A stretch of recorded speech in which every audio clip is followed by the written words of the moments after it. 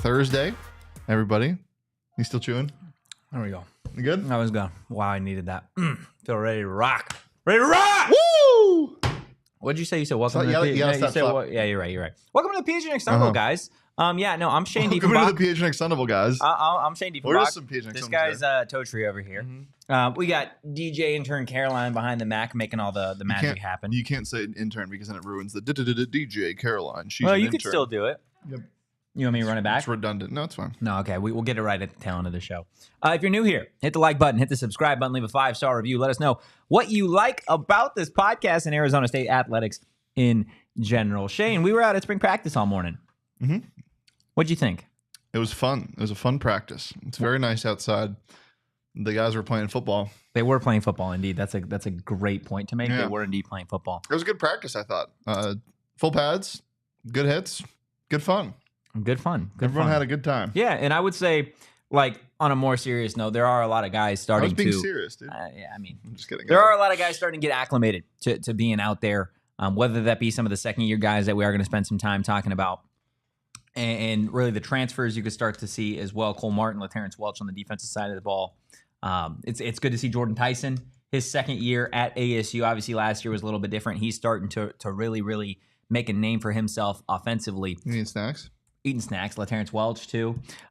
Before we get into the sound that we have for today's show, I want to talk a little bit about some of the freshmen that we've seen out there, because it's really surprised me to see just how strong of a start they're having. And I mentioned it to you, just watching some of these guys contribute, whether it be Todd Graham's guys, Todd Graham's guys or Herm Edwards guys, when they were getting freshmen, right? Those recruits, you weren't seeing them this early on in spring and really in their career getting a lot of action on the field, whether that be reps or really just making plays. And that's been the total opposite really in year 2 of Kenny Dillingham. He's got the full recruiting cycle, and you could start to see some of these recruits, a Tony Lewis Nkuba, a Chris Johnson, a Rodney Bimage, and then offensively a guy like Corbin Hendricks. They've really started to get acclimated pretty early on to being out there. And you know, it's a win-win situation, because either they embarrass themselves as freshmen because they're not ready for this talent, and then they can learn from their mistakes, or they get better by doing the damn thing. And we saw a couple people do the damn thing today in terms of the freshmen, which we'll talk about, but it is just a different culture. Like, Kenny wants players to come in and immediately make an impact. It's not like, he's thinking about the future, of course, but they are the future. If you aren't the future, he's going to tell you to leave. Yeah. So if you're here for a reason. And it goes back to him doing everything with intention. Everything he does is intentional, you know, and that might seem arbitrary and easy to just say, but it's intentional. That's crazy. It's intentional. That's crazy what I'm looking at right now in the Discord. Well, guys, join the members only Discord because, disclaimer. Wow. Join the members only Discord. You might see some horrible things that Short Bus makes. Some interesting things for sure. No, it's been impressive to see, and I think today, again, just Tony Lewis and Nkuba and Corbin Hendricks specifically are two guys that have the frames. Dude, Corbin Hendricks had himself a day. He did. And it's been interesting to watch those two because they are at stacked position groups, right? Wide receiver and defensive back, probably two of the deepest groups. Yeah, they're great parallels for sure. They're They're getting reps out there, and they both have the size. Like you mentioned to me when you're out there, they both have NFL size to them, right? I think Corbin Hendricks, 6'3", looks a little bit taller than that. And then you have a guy in Tony Lewis and Nkuba who is 6'2", 6'3", that he fits that mold. He is the tallest corner out there. And again, we're in spring, and these guys just got here.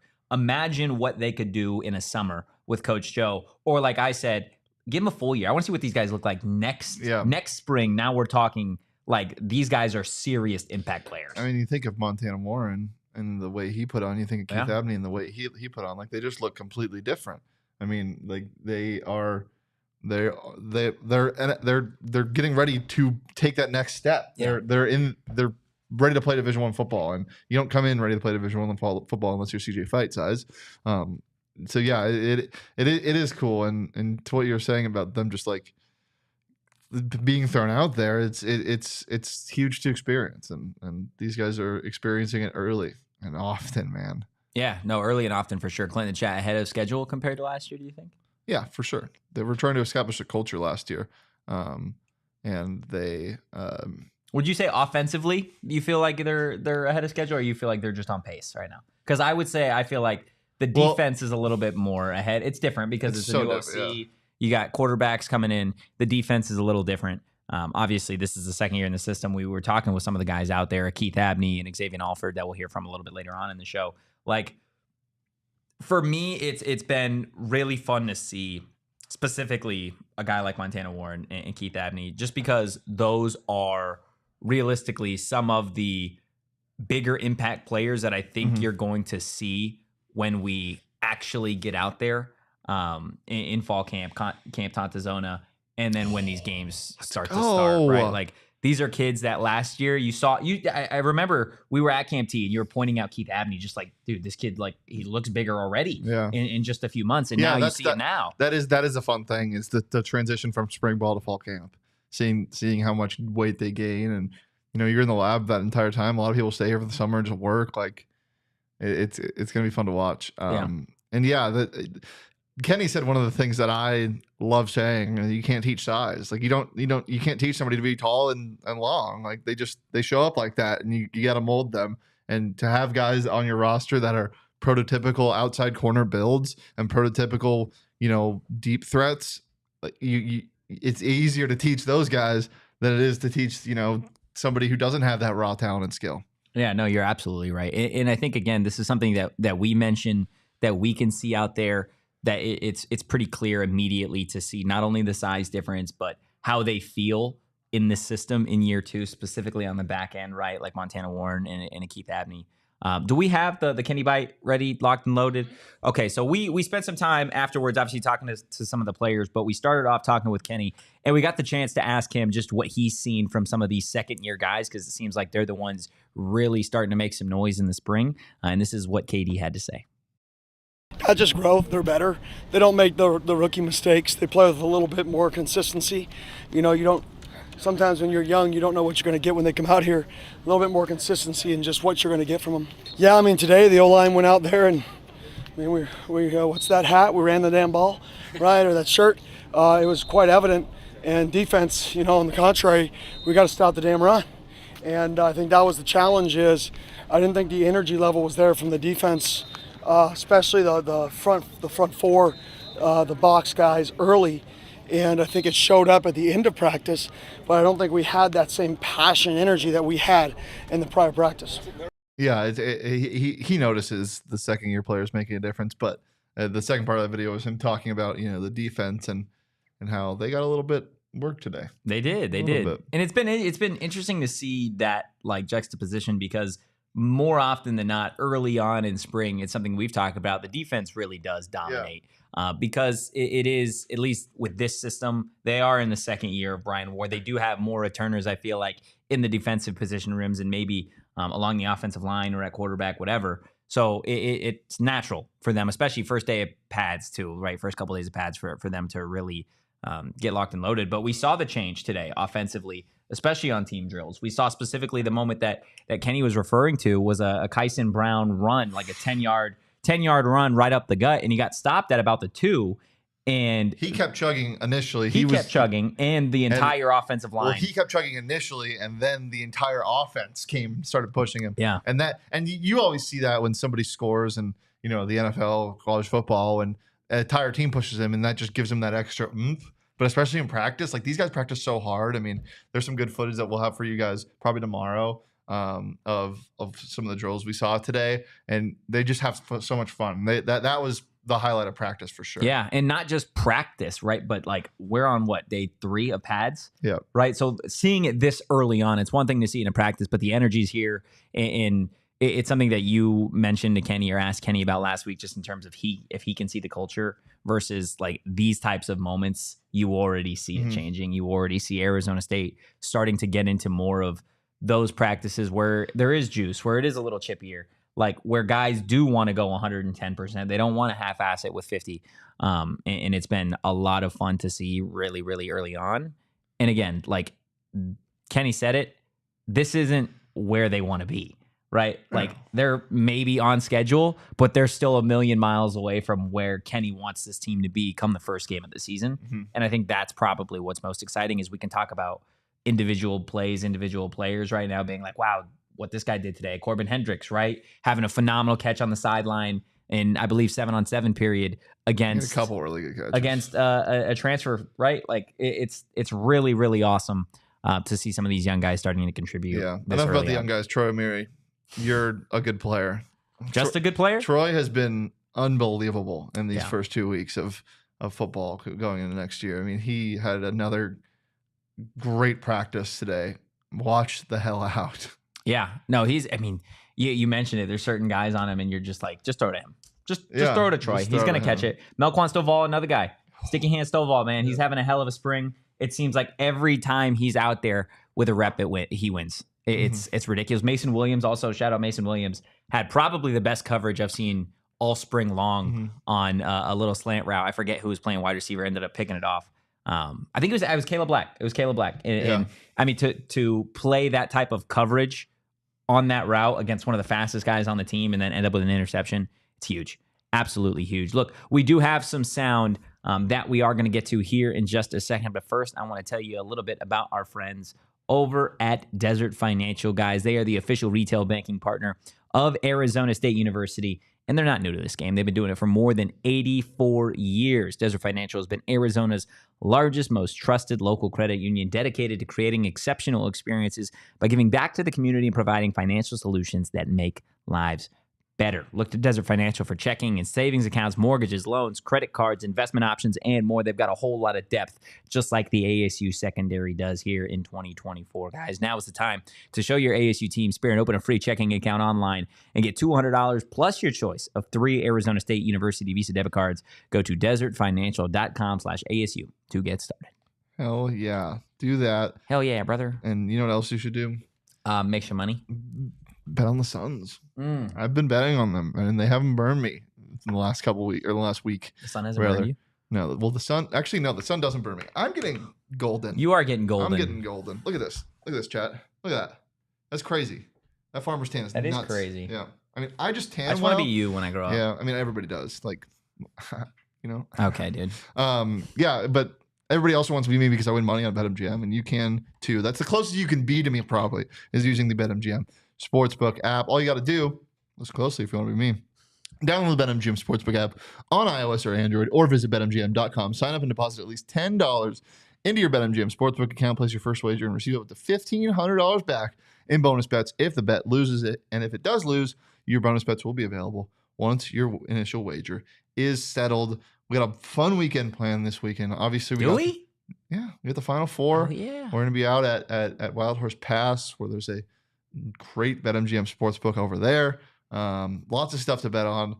Lots of action. Obviously, you got the MLB. Nerfy all day. Or Yerfy. Or Nursey. No run second inning. That's also a good one. As I said, sign up for BetMGM. Use bonus code PHNX. Place your first bet MGM Sportsbook wager through the BetMGM Sportsbook mobile app for at least $10, and you'll receive $1,500 back in bonus bets if your bet loses. You love it. You love it. We gotta listen. We love it. We gotta listen to you for the disclaimer now. Oh yeah, and now listen to me talk about the disclaimer. There you go. Bonus bets expire in 7 days. One new customer offer only. Gambling problem? Call 1-800-GAMBLER. Available in the U.S. Call 877-8-HOPE-NY 467-369 New York. Call 1-800-327-5050 Massachusetts. 21 plus only. Please gamble responsibly. Call 1-800-NEXT-STEP Arizona. 1-800-BETS-OFF Iowa. 1-800-981-0023 Puerto Rico. First bet offer for new customers only. Subject to eligibility requirements. Bonus bets are non-withdrawable. In partnership with Kansas Crossing Casino and Hotel. See BetMGM.com for terms. U.S. promotional offers not available in New York, Nevada, North Carolina, Ontario, or Puerto Rico. All right, look, we've spent a whole lot of time talking about some of these specific players, a guy like Cole Martin, Keith Abney, Montana Warren, but enough of us talking about it. Let's see what Keith Abney has had to say a little bit about the first few weeks of spring football. How the first couple weeks practice been, man? Everything going good. You know, just getting out here with the new guys and the old guys just coming out here, playing fast, getting in the defense. Feel good to be back. Do you feel more comfortable second year in this system? Most do. I'm just, taking the next step, trying to be a leader within the group, leading the young guys, helping them, and, just being where I'm supposed to be and making plays. What have you personally tried to focus on the most, whether that be over the offseason or heading into the spring? Really everything. I feel like everybody has room for growth in the game, so I'm just working on every aspect of my game, with physical speed, getting stronger, getting faster, more explosiveness, and then just knowing the defense like the back of my hand, just so I can help everybody make plays. What's kind of stood out to you about some of the new guys on the team, whether it be some of the freshmen or even some of the transfers? Just the energy, they coming out here and picking up fast and playing fast. That's what we need, just physicality, hard, fast football. Do you feel like you're stepping into more of a leadership role with second year being here? Yes, sir. Most definitely. Yes, sir. Coach, at the end of the season, Coach Dillingham, we had a talk, just stepping up my leadership, second year, taking that second year jump. For you, obviously you guys got those one-on-ones that you haven't practiced. Anybody specifically you want to call out for a one-on-one, man? Like a receiver? Yeah. Shoot, all of them really, man. It's good work with all of them, so anybody, it is what it is. In terms of, Brian Carrington, right? Getting to work with him just one-on-one and have him as your position coach, what do you feel like you've learned the most from him over your year and a half at ASU? Just, doing the little things right at all times. Coach BC, he preaches doing the little things right, just being born, almost like born with your technique, doing the same thing 1,000 times over again, just perfecting your craft. How's the extra weight? It feels good. I feel like I carry it good, faster, and playing a little bit of nickel, so now I got to be in the box a little bit, so I feel like it's good. I feel good. Cole, that's my guy right there. Me and Cole, we learn from each other. We always asking each other questions. Taking stuff from his game, putting in my game, taking stuff from my game, putting in his game. So it's good working with Cole. I'm gonna be honest with you. I think Keith Abney is gonna be starting. I thought he had a chance to start last year. He had his moments. He did. Yeah, he's gonna. I mean, if he doesn't start, he's gonna be a major part of this offense or this defense. That'd be awesome. But I'd rather have him play defense. Yeah, he plays a lot of nickel as well. So even if he doesn't start at a corner position, you could see him and Cole rotating or playing, God forbid, 2 nickel sets. That'd be crazy. So yeah, I mean, Keith Abney is a guy that I think he's a perfect example of what Kenny Dillingham wants. Yeah, he's a Kenny guy for sure. To preach, right? Like a kid that you had come in as a freshman, you saw him work, try and build toward being a contributor for this team. Didn't necessarily get there his freshman year, which was fine. And again, he had his moments in his freshman season, but stayed, didn't leave, with other opportunities in the portal. Certainly a kid that could have done that. He put on the muscle mass. I think he said 8 pounds of lean muscle mass that he was able to put on over the offseason, and now he's at $184. He's one of the veterans on the team in that secondary specifically, and he's a guy that is immediately going to be an impact player for this defense here in 2024, along with a bunch of other guys, and even some of the transfers that we've talked to. Cole Martin, we got the chance to talk with on Saturday, and he had brought up a guy like Keith Abney, Xavion Alford, Shamari Simmons, as those types of players that he has to really look to. And then offensively, let's talk Kyson Brown a little bit, because I feel like he's somebody that hasn't nearly got enough love simply because there is a guy like Scat and Raleek in this running back room. And those are 2 guys that, let's be real, we've seen them. Like they've had a phenomenal spring in and of themselves. I think Kyson's going to have a chance to carry the ball a good amount, though. I mean, and if you think of DeCarlos as well, like it's a crowded room, but like I think they all do different things. Like, DeCarlos is going to bowl you over. Scat's going to bowl you over and then run for 50 yards. But Scat's a unicorn. We don't need to talk about him. Raleek is more of a gadget running back, a pass catching back. Kyson's kind of a do-it-all guy that'll also run you over. Yeah. I mean, he put on some weight, man. He looks great. Yeah, he does. He has put on some weight, and immediately you can already see like that impact the way that he's running. For sure. And he hasn't lost any speed. No. Right? There's something we saw Kyson be a little bit more of a shifty, dynamic speed back last year around this time. And he's come in, put on what looks to be at least 10 pounds. Yeah. And he's running hard. He's running fast. We saw him first play on 11s. Yeah. He was running for like 40, 50 yards. And you're like, how do you do that? I was like, well, it's just a run, man. Just a run. He's also a very fun person to be around. Yeah. It seems like he's a high energy guy that's always smiling. And yeah, I think him and Keith are roommates, I want to say. I think so. Yeah. I think so. Hell of a combo. Combo, those two. Kenny, Sweet Prince Kenny, brings up an interesting question. Interesting to see if any big defensive tackles come available second go of the portal. What position do you think, if Arizona State and Kenny Dillingham were to experiment in the transfer portal window, adding guys, do you see them going for anybody? Yeah, I mean, interior D-line always needs help, especially in the Big 12, as Donald points out. Like, you need beef. You need more beef.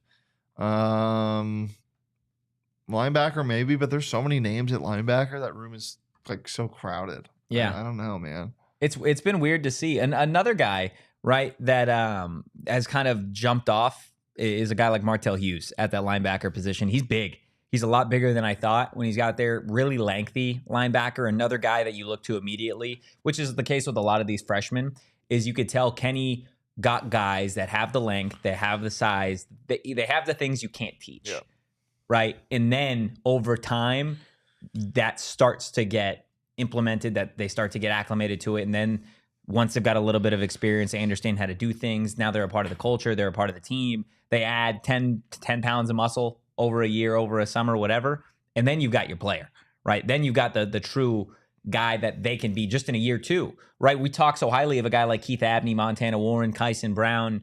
And again, this is still their second spring. Like, imagine what these kids can be when we get to fall. You know who else is his second spring technically? TJ Fight? No, well, it is his second spring. Jordan Tyson. Yeah, it's basically just his second spring. What have you seen from him? I mean, so the last three practices since he's come back. First of all, he looks way bigger in pads. Like, everybody looks bigger in pads, but like something about it, he I don't know, he turns into a different person. He's been awesome, man. His technique, and we know what his raw talent is like. We know his speed.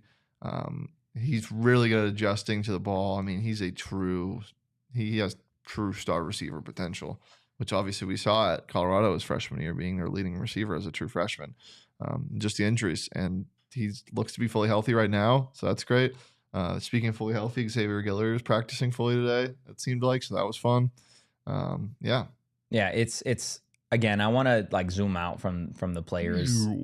Is that you zooming out? Mm-hmm. And just talk about like the project, the process of this whole thing, because you have guys like a Jordan Tyson, like a Raleek Brown, like a Cole Martin, the guys that we've already talked at length about today in Abney, in Montana, Martell Hughes, a freshman, Corbin Hendricks, a freshman, Tony Nkuba, a freshman, Sam Leavitt, and Jaden Rashada, freshman, redshirt freshman, guys that will be here in theory for more than just this season. So this is my warning message. Oh boy. Right? Is there are going to be a lot of people that when the season's over and this team, look, their goal is obviously a national champion. Okay. That's what every team wants to be. This is a team that will probably, I'm leaning on 6 wins. Okay. I think this team gets to 6 wins. Don't burn it down if they're a 5-win football team. Okay. Don't burn it down, because you can see the process. You can see the players. You can see the growth. You can see the systems changing and these players starting to get acclimated to it. But it is a process. It is a system. This doesn't happen overnight, specifically in this sport. It's easier, I would say, to look at basketball and be like, oh, how did this team get to, the national championship? How did this team, or maybe not that far, how did this team get to the Sweet 16? How did they get to the NCAA tournament when it is just a bunch of transfers? That's not necessarily the case with football. There are so many moving pieces, so many parts to this system and this program that, again, this staff had to start at ground zero. Exactly. The whole staff restarting is more than just transfers also. Like, you have to establish a culture, and that's why last year Kenny was happy with the progress. They only won 3 games, but he was happy with the progress because they established their culture. Yeah. Like, that was the most important thing to him. House of Heat Sports asking, what position has Plas Johnson been working at? I know he's a receiver/DB. When I talked to BC 2 weeks ago, he was very adamant. He's like, oh, he's not going back with the receivers. He's ours. And I just checked, he's listed as DB. He's not out here yet. He's going to be here in the fall. But he has been working with them. And BC's not going to let him go. He's going to be a DB. BC's room is crazy loaded. Yeah, it's crazy. And it's been fun to see that. Just some of these position coaches get to work with some of these guys. It's been interesting today. Saw the nickels working with the safeties. Cole Martin, Mason Williams specifically working with Chamari, X, Brian Ward in that group. Again, the secondary was flipped completely on its head. Like, this is a room last year, and we'll get to the sound here in a little bit. Just like what sticks out to everybody most about this DB room is that there's just more depth. Yeah. Right? Is last year you could look around and there was Ro Torrance, Ed Woods, Mason Williams, and then you look around and there's a bunch of young guys and then a bunch of others, right? Now it's like, we don't even know who's going to start because there's so many guys on this unit that you're like, okay, this guy's had a great practice. This guy's had some really good reps. This guy won his one-on-one today. And now, like, it is an embarrassment of riches at that position because you've got guys that can do a bunch of different things. Cole Martin, Keith Abney, Ed Woods, those are probably, if I had to make a guess right now, April 4th, those are the three that I'm rolling out there with in the secondary. And then on the back end, you're probably rolling with Xavion Alford and Chamari. And then you can rotate guys. Then you got a Miles Rouser and a Kamari Wilson that you can throw in there. You got a Montana Warren who's working with another unit out there. And then, again, a guy like LaTerrence Welch, Javen Robinson, some of the freshmen you might see get run in Tony Lewis and Nkuba, who's had to really start like strong spring. So it's wild to me that we're at this point so early on. I didn't think that this group specifically, and some of these other position groups that have depth, linebackers is, I've been banging on the table to tell everybody that the linebackers have significant depth, and everyone's been like, well, I think the linebackers, they may need to add some pieces. I don't think they need to add some pieces. I think they've got plenty of linebackers in this room that are capable of having really great seasons and being really key parts to this defense. I hate being this guy like I was yesterday again, but we gotta wait till they play football. Like they're good at practicing right now, as Kenny always says. We're good at practicing. I mean, we're good at our job. Like we know that these guys can practice. You don't know. Like it's very exciting to name all these people. And I'm usually Mr. Optimism, but we just gotta wait. You are usually Mr. Optimism. We just gotta wait. What's happened to you? It's football season, not basketball season. Oh. The basketball team's gonna be so good. Oh my gosh, stop it. Don't even start with me right now, dude. Don't even start with me right now. But look, before we get to the other sound that we have for everybody, let me tell you about our friends over at Circle K, guys. They are America's thirst shop. They're Totri's thirst shop. They're Shane Big Pokey Dieffenbach's thirst shop. They're everybody's thirst shop. The aquarist, the fish keeper, if you will. They've got a new free membership program. It's going to help you guys save a ton of money. Start by saving 25 cents per gallon on your first 5 fill-ups, and then every day after that, you guys can save 3 cents per gallon. Not to mention, you're going to get every 6th free in a selection of Circle K products, pizza, coffee, ice cold fountain drinks, and more. I could really go for a slice of pizza right now. A Circle K slice of pizza would absolutely go crazy.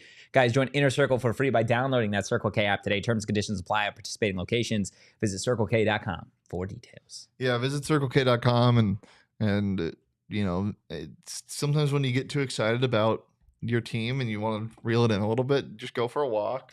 Nice, try to lower your expectations a little bit. Yeah, because sometimes it'll come back to haunt you. But it's excited. But I don't think that's happening this year. I think this team's actually going to be good. But if you do need to lower your expectations, and then get them way back high again, you can with Arizona Lottery because you can walk outside, then you can remember, wow, I can play the Arizona Lottery today, and my expectations could be through the roof because they could be up to $1 million in Arizona cash and travel prizes. The Arizona Lottery is introducing their new ticket promotion, as I've always told you guys, the Arizona Adventure. A bunch of cool tickets with a bunch of cool landscapes, and there are 3 ways to play and win big. You can play with their lottery tickets. You can check into their geolocated adventures, or you can enter your tickets online for a chance to win $1 million in cash and Arizona travel prizes. Check in at the destination coordinates if you're doing the geolocated ones at azadventure.com for details and directions. The Arizona Lottery says proceeds from its ticket sales support environmental conservation, among other important initiatives. Save the turtles, save the cactus wren, the state bird of Arizona. Save the lizards. Save the Totri. You ever seen lizards do push-ups? No, I don't really like lizards. I was terrified of lizards growing up. There's lizards like this big that are always in my backyard, and they'll come and just go. And then leave. Getting yoked. Like, okay, sick. It's awesome. What else is awesome is the Arizona Lottery. And it's not just about playing games and winning prizes, which is 2 things that I love Yeah, no, some you're of the most big game guy. big game and prizes guy. It's also about giving back to the state and its community, which I'm also a big fan of. Visit azadventure.com for more information on how you can take an adventure for a chance to win $1 million in cash and Arizona travel prizes. Yeah, RC in the chat asking about Charlie Regal. He's still on the staff. He's still out there. He has not disappeared. Just in case everybody is wondering, Charlie Regal is out there. You know who second spring this is at ASU? We've talked a lot about second springs this year. Any guesses? No. Xavion Alford. Yeah. His second spring here. We saw a lot from him last spring. Looked like one of the best defensive players, if not the best defensive player.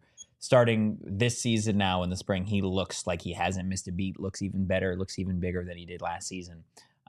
This is what Xavion Alford just has had to say about the first couple weeks of spring football for ASU.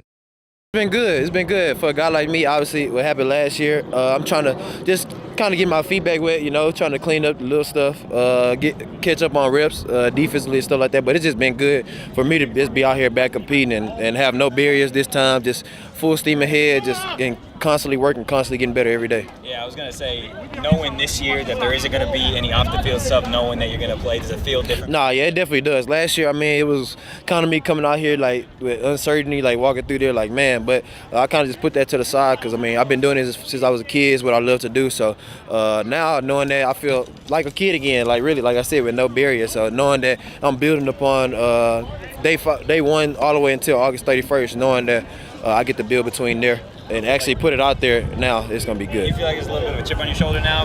Definitely. It is a little bit of chip on my shoulder. I'm putting in the work behind the scenes every day, trying to better myself, trying to help better the defensive backroom defense, the whole team. So ultimately, when we get out there this year, it'll be a difference when we get in the stadium.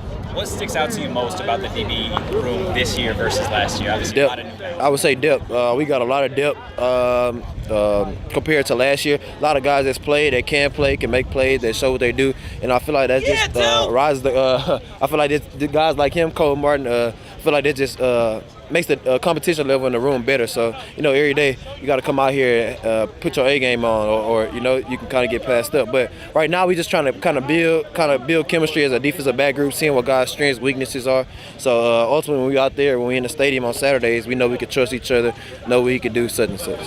How do you feel like Cole Martin kind of fits into the secondary? I feel like he fits in well. He's aggressive, fast player, smart player, quick player. And he's a playmaker, so that's what we welcome in the back end. That's what we're trying to do this year, make a lot of plays in the back end. So, yep. What have you seen from some of those second-year guys, Montana Warren, Keith Abney? Obviously, it's their second spring. I've seen a jump. Obviously, big jump from that first year to second year. Keith is out here playing nickel, corner, learning two different positions. As a second-year guy, that's big. Same thing with Montana, out here making big plays, getting high-quality reps, playing different positions. So those two guys have grown a lot since I got here when I seen them, and they were just coming in as freshmen. So it's just good to see them constantly progressing, and just trying to stay on them kind of as an older guy. I got everything it takes. I just got to keep going, keep building, keep getting better every day. Second year of you being in this Brian Ward system, what's different about it this spring for you? Just the little things, really just the little things. I know people say that a lot, people say, the little things, the details, but really that's really what we're working on in this defense. For me personally, I feel like I got a good grasp of the scheme last year, so just coming back, being able to build on that, build on little footwork, little key indicators in this call, knowing what Coach Ward wants us to do, and certain coaches feel like we're grasping a better understanding of that in the whole as a whole defense, really. So ultimately, that's going to lead to us playing faster and making more plays. So, what do you think that situation last year taught you about yourself? That I'm just a guy that just come out here to work every day, regardless of the situation. Obviously, a lot of people would do a lot of things, could do a lot of things, but I just waited my time. Came out here, scout team, help the guys on offense, defense, do whatever I can. Obviously, support those guys on the sideline, even during the game. Little stuff that I know that I see, try to point it out, just keep them up on edge. Kind of just be waiting my time, obviously building that chip on my shoulder. So when it's time to go full speed, I'm for sure gonna be ready and be fired up. Boom. Xavion Alford. He lays the boom. He does. Yeah, he's obviously stepped into that leadership role, and he was being leader last year. I really liked how I loved your question about what he learned about himself, and he just straight up said, I learned that I can do that, and I can, some people can pout, some people can they could have stepped away and gone to a different school and try to find a new situation. But I learned that I could stay and I could make the team better even when I'm not playing. I saw things in games that I would talk to people about.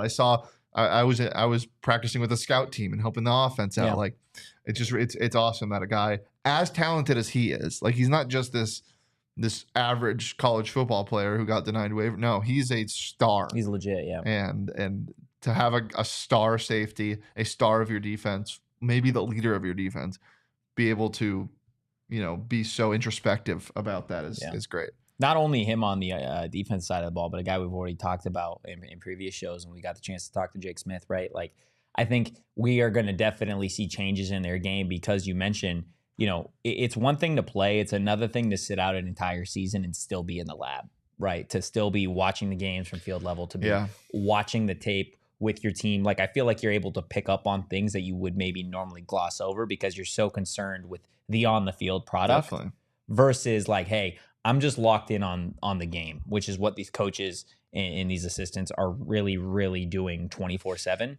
Like, it's almost like those two guys were coaches for a season, and they got to really learn that element of the game, which I think is going to certainly pay off.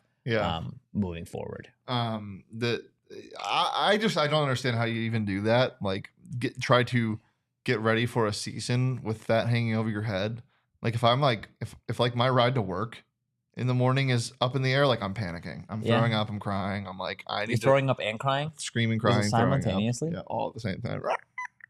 I don't understand how you can prepare for a college football season that you didn't even get to play. Yeah, no, it's wild. Impressive. It is wild. What do you still want to see from some of these guys through the next 2 weeks of spring football before we get to that spring game? Nothing that I want to see new, just things I want to see continued. I want to see continued energy because it's easy to bring the energy in the first 2 weeks of practice. It's not easy to keep it going. Yeah.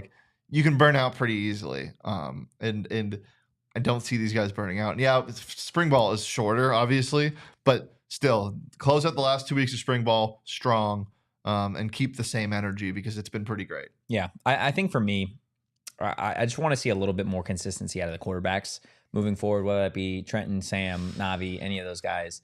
I'm not saying I need one of them to go out there and be quarterback one until Jaden gets here, but I just want to see a little bit more consistency. And obviously what kind of gets misconstrued or people throw these quarterbacks under the bus is like, hey, we've got a new offensive coordinator again, and they're all learning the system, right? Learning an offensive system at that quarterback position is so damn difficult to do, especially if you're a guy like Navi, right, who is still trying to learn how to practice at this level. It's been impressive to see him through the first couple of weeks just try and get his feet underneath him. So I think that's what I want to see the most is just some of these guys settle in to their roles and where they're at. I don't need them to go out there and be Justin Herbert, okay? I don't need Justin Herbert out there as much as I like him. I wouldn't want that. Yeah. Stop getting under your skin. I'm a Justin Herbert truther. I love that man. I appreciate it. Justin Herbert truther and fish keeper. Fish keeper and Tua defender. Bobby that goes with the fish keeper. But yes, definitely fish keeper. You're a Bobby defender. You defend Bobby. Yep. I'm also a Bryce Young defender. Bryce Young defender. Yep. Is he in for a good year too? I think he, no pun intended, got the short end of the stick last year. Okay. Well, on that note, but I'm an Aaron Rodgers denier. Yeah, I don't believe in him. Most people are Aaron. He's not real. Yeah, I've done my own research on him, and I decided that I don't like him. Okay, well, that's fair. That's fair. I hear his family doesn't really like him either. So, guys, it's been a pleasure as always. Yeah, guys, do us a solid. Hit that like button, hit the subscribe button on your way out. Turn on those notifications and leave a 5-star review if you're listening. Anybody got any good calf? Like how to roll out my calf? Like I don't have a Theragun. I've been doing this. I've been getting my water bottle. My shit's been so tight. Anybody got any ideas? Can you throw them in the chat? DM me on Twitter. Do that. Also, head over to gophnx.com today. Sign up to become a PHNX diehard. The first diehard only content for ASU fans is set to get your foot off my water bottle. It's set to get locked and loaded this weekend, so definitely keep an eye on that if you're already in our diehard Discord. If you're not, like I said, head over to gophnx.com today. Click that diehard tab, and you're going to see everything that you unlock for one beautifully cheap annual price. Do it. Do it now. Do it. Do it. Actually, do it right now. Do it right after the show's over. Yeah. Okay, it's over. Okay, no, not yet. Give us a follow at PHNX_Sun Devils. You can follow me at Anthony_Totri. I'm sorry. Caroline, where can the people follow you on the internet? My Twitter is Caroline KLLY. Caroline KLLY. Too many Kellys out there. That's No fair. E. That's fair. No You can E. follow Drop this the guy, E. Big Pokey, the fish keeper, at Shane Deef. Just keeping fish as always. We'll see you guys Friday for a Flavoring Friday. Guys, in the meantime, go Devils and Beats by Bandes. Hit my line. Peace. We all silly like the mayor.